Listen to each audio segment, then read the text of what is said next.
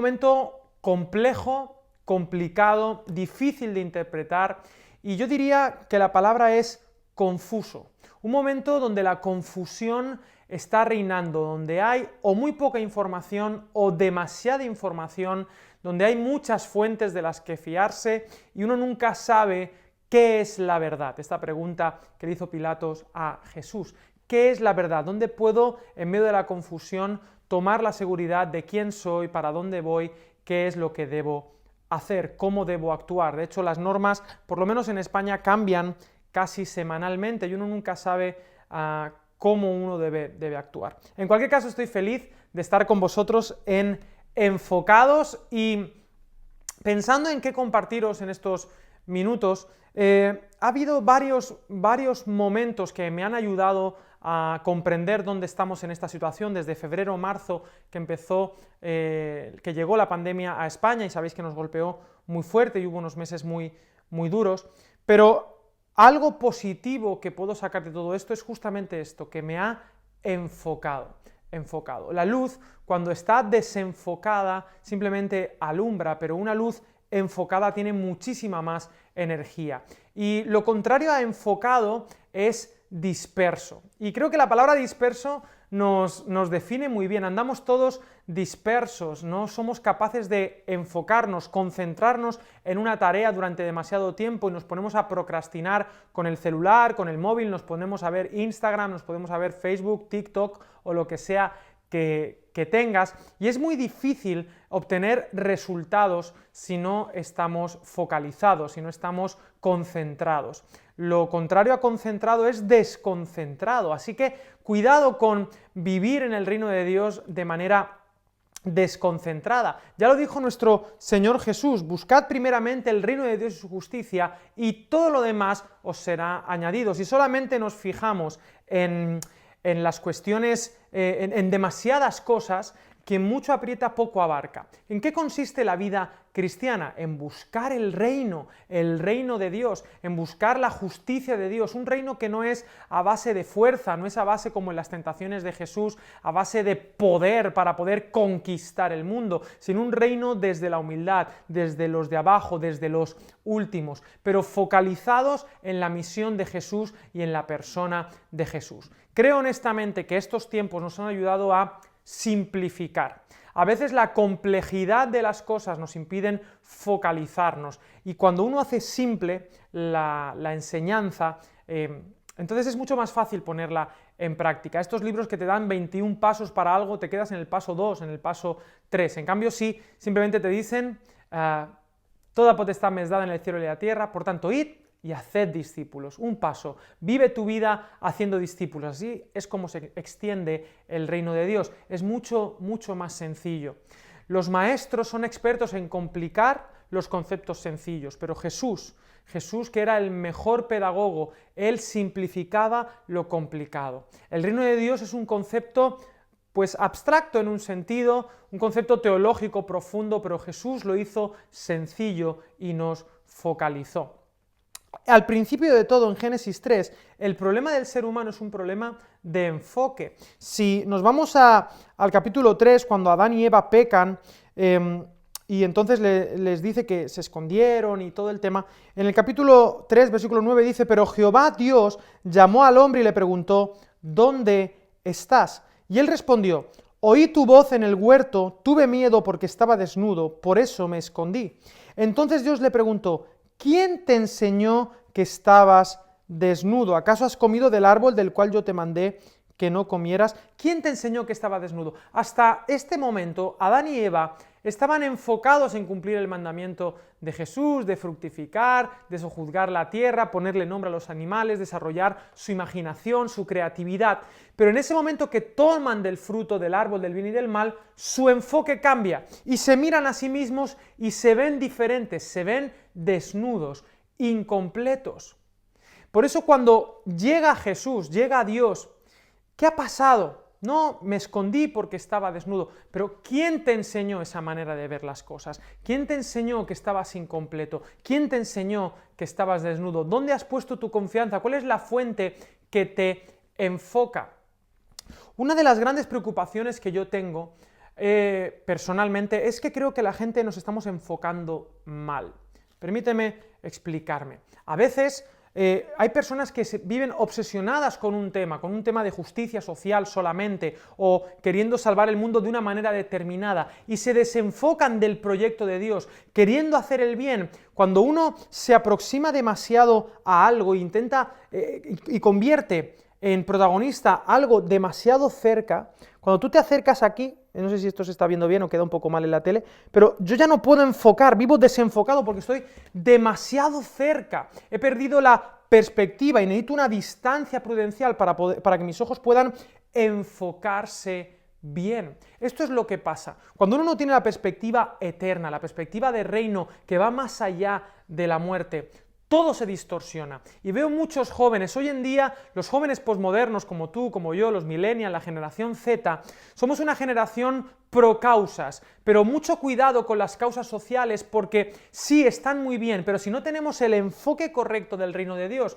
eso termina degenerando.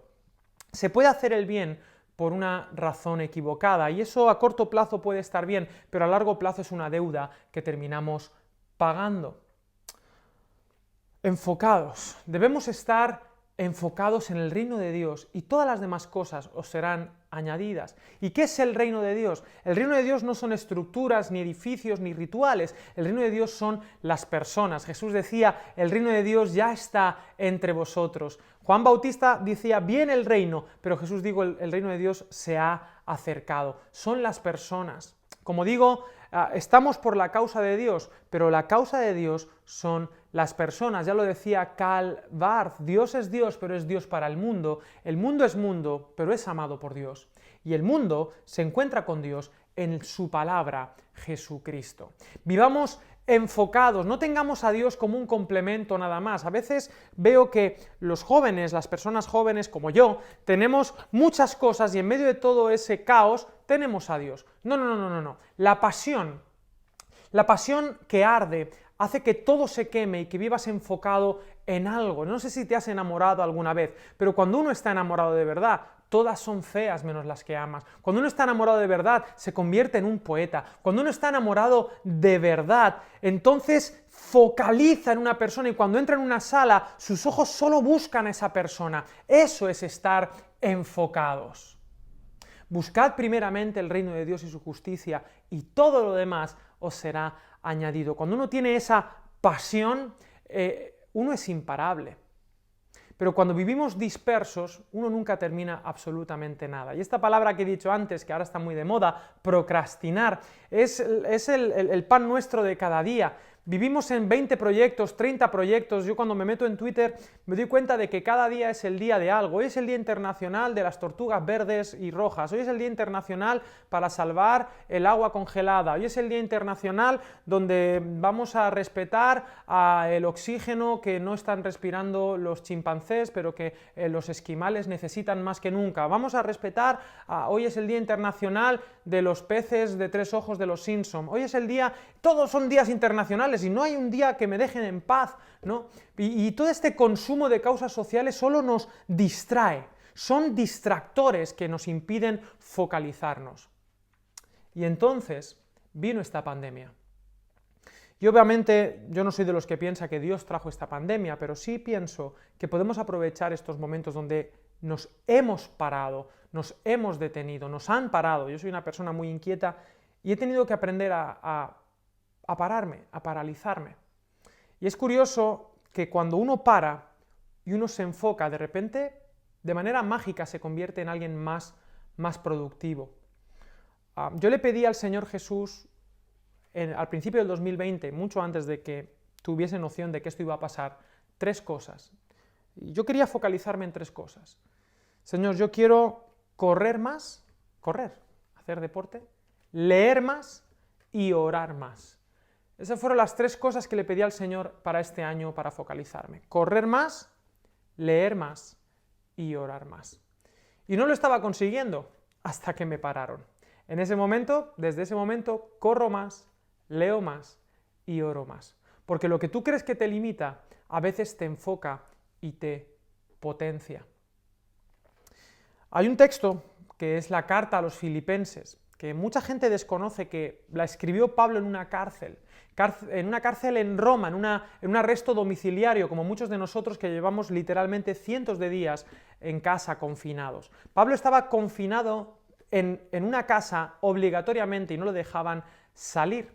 Él estaba totalmente limitado, pero ahí, en Roma, detenido por la Guardia Pretoriana, que para los fans de Star Wars sabéis que la Guardia Pretoriana eran los soldados mejor preparados del imperio y los que protegían al emperador. Bien, esa Guardia Pretoriana del Imperio Romano estaba vigilando que Pablo no se escapase. De todas maneras, Pablo siempre aprovechaba, y ¿sabéis qué hacía en medio de ese momento? Se puso a predicarle a la Guardia Pretoriana y se estaban convirtiendo los soldados que protegían al César. Qué genial era Pablo de Tarso. Pero en cualquier caso, él estaba siendo limitado, pero ¿sabéis qué hizo cuando se paró? Él era imparable, él iba a predicar aquí, allá, a Galacia, luego se iba a otros lugares de Asia, por Europa, Macedonia, Grecia, volvía a Jerusalén, volvía a la iglesia que le mandó, Antioquía, quería venir para España, pero las circunstancias le pararon. ¿Pero él qué hizo?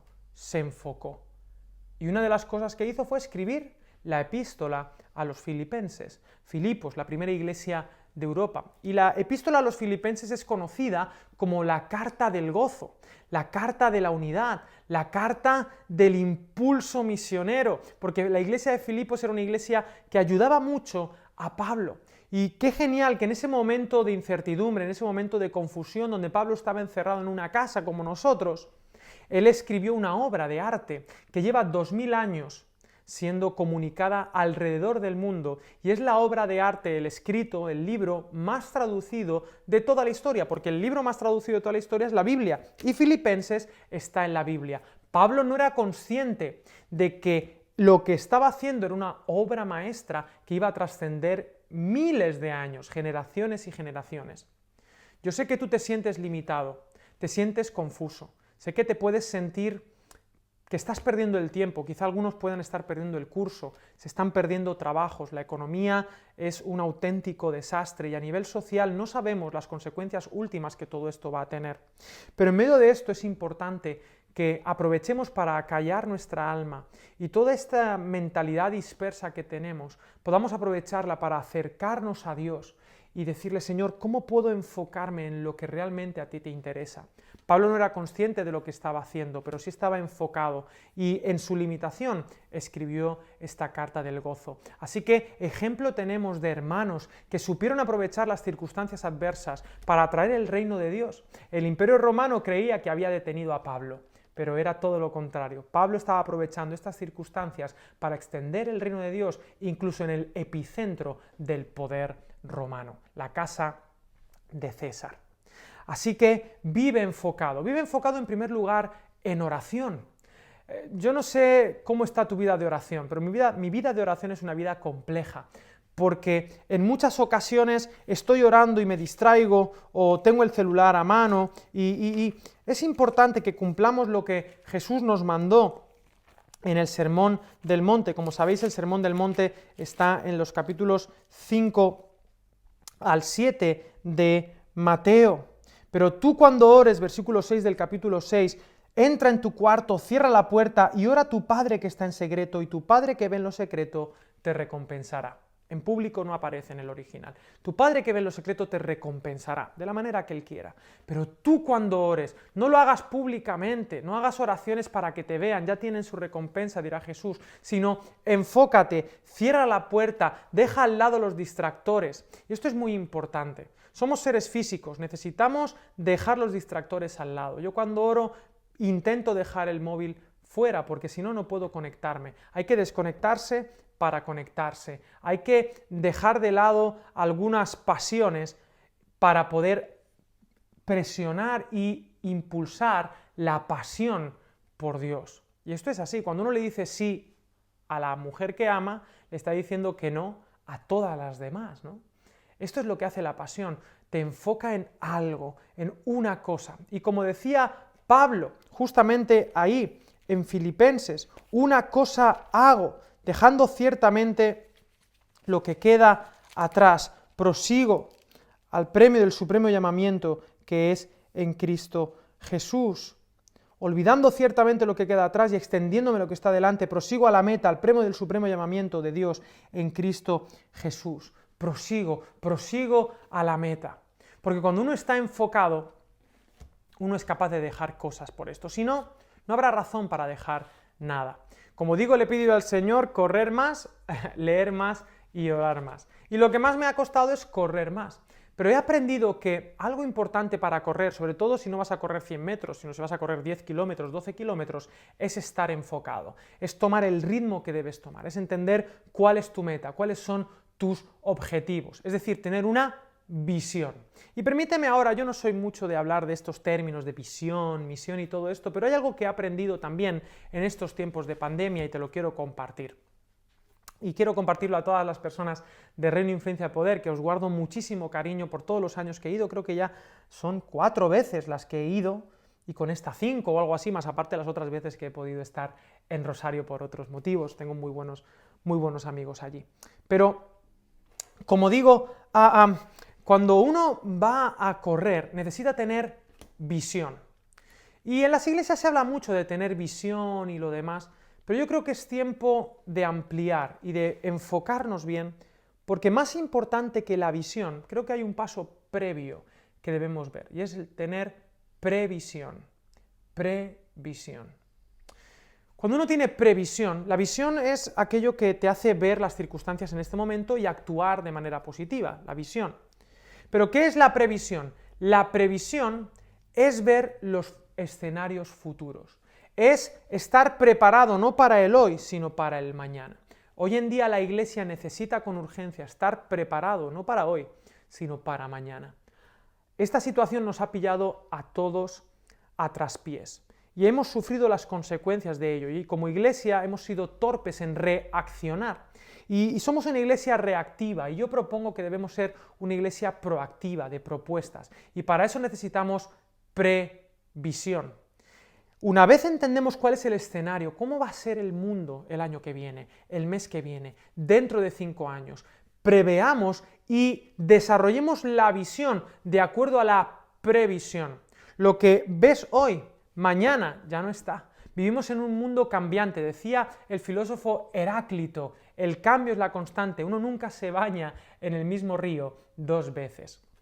Y esta es la verdad, la constante es el cambio, previsión, y el ejemplo que me viene es José. José no tenía visión solamente, él tenía previsión. Vienen 7 años de abundancia, vienen 7 años de escasez. Recomiendo a Faraón que acumule en el granero durante 7 años para que luego en los 7 años de escasez tenga con qué repartir al pueblo. Eso es previsión. Y creo que es una imagen que como iglesia, permitidme la osadía, a nivel mundial deberíamos tener en cuenta.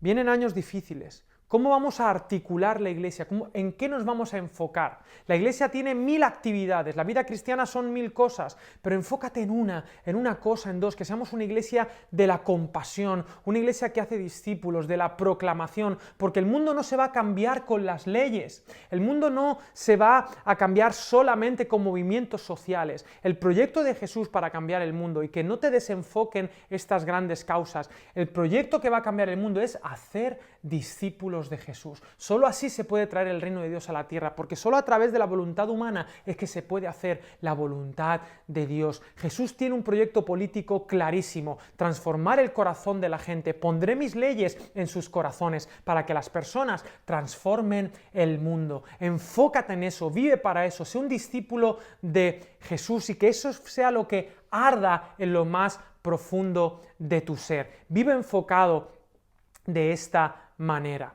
La persona de Jesús sigue siendo tan atractiva como antes. Vive para Él. Él es el reino de Dios. Él es la verdadera influencia y Él es el verdadero poder que tenemos. En este encuentro, enfocados, quiero invitarte a que tomes decisiones de dejar a un lado aquellas cosas que son distractores, esas megacausas, y te centres en algo concreto. ¿Eres un discípulo de Jesús? ¿Qué cosas necesito dejar que quizá me está costando y por eso no tengo esa pasión? ¿O por qué me cuesta dejar esta costumbre, este mal hábito? El fuego solo se apaga con un fuego más ardiente, ¿no? Así que, por favor, enfócate, ten esa pasión, para correr más, leer más, orar más. ¿Cuáles son esas peticiones? Si tuvieras que decirle al Señor, Señor, esto es lo que te pido para este año, para ser productivo. Previsión, visión, provisión. Ese es el orden. Cuando José tuvo esta previsión, entonces pudo actuar y Dios proveyó. A veces lo hacemos al revés, tenemos tantas actividades que hacemos 1000 cosas como iglesia y no somos productivos. No, seamos activistas, pero no que hagamos muchas cosas, entendedme, sino que un activista tiene un enfoque muy concreto y hay activismos seculares que tienen claro cuál es su objetivo. Y me preocupa que la iglesia no esté enfocada en cuál es su objetivo. El proyecto de Jesús es un proyecto pedagógico, es un proyecto de hacer discípulos, es un proyecto transformador. Enfócate en eso. Buscad primeramente el reino de Dios y su justicia y todas las demás cosas os serán añadidas. Si te focalizas en lo importante, lo urgente irá colocándose en su sitio. Jesús se focalizó en lo importante, en ir a la cruz, y hubo cosas urgentes, hubo que sanar gente que le interrumpía camino a Jerusalén, pero tuvo siempre claro su objetivo: previsión, visión, provisión. Espero que no seamos como los Gálatas insensatos. ¿Quién os fascinó? Que volvamos al Evangelio puro, al Evangelio de la salvación por gracia, de que Dios te ama tal y como eres y no por cómo debería ser, porque nadie que está viendo este mensaje es como debería ser, pero la gracia de Dios, ese Evangelio que en Gálatas quiere rescatarnos del legalismo, que quiere rescatarnos del esfuerzo humano, eso es lo único que va a transformar el mundo. Pero Dios pide de nosotros que estemos enfocados hacia la meta. Una cosa hago: previsión, visión, provisión. Él es el que provee, pero demanda de nosotros que tengamos esta altura de miras. Y termino con esta idea. Yo tengo miopía y ahora que me acabo de quitar las gafas, ni siquiera veo la cámara. Creo que estoy mirando la cámara, espero, porque veo alguna luz, pero estoy totalmente desenfocado. Así es la vida. Vivimos con un desenfoque total, con miopía. Creemos que la muerte es lo último. La miopía te impide ver de lejos, ¿no? Se desenfoca todo. Pero ¿sabes qué? Las gafas, o los lentes, creo que decís allí, de Jesús, nos hacen ver la resurrección. Nos hace ver que la eternidad es el marco en el que debemos trabajar. Si vivimos para la eternidad, podremos actuar en nuestro presente. C.S. Lewis decía que todo lo que no es eterno está eternamente pasado de moda. No permitas dejarte llevar por las olas, por las modas que nos desenfocan del proyecto de Jesús, que es eterno. No tengas miopía espiritual, no vivas desenfocado. ¿Está en mi cámara? Sí.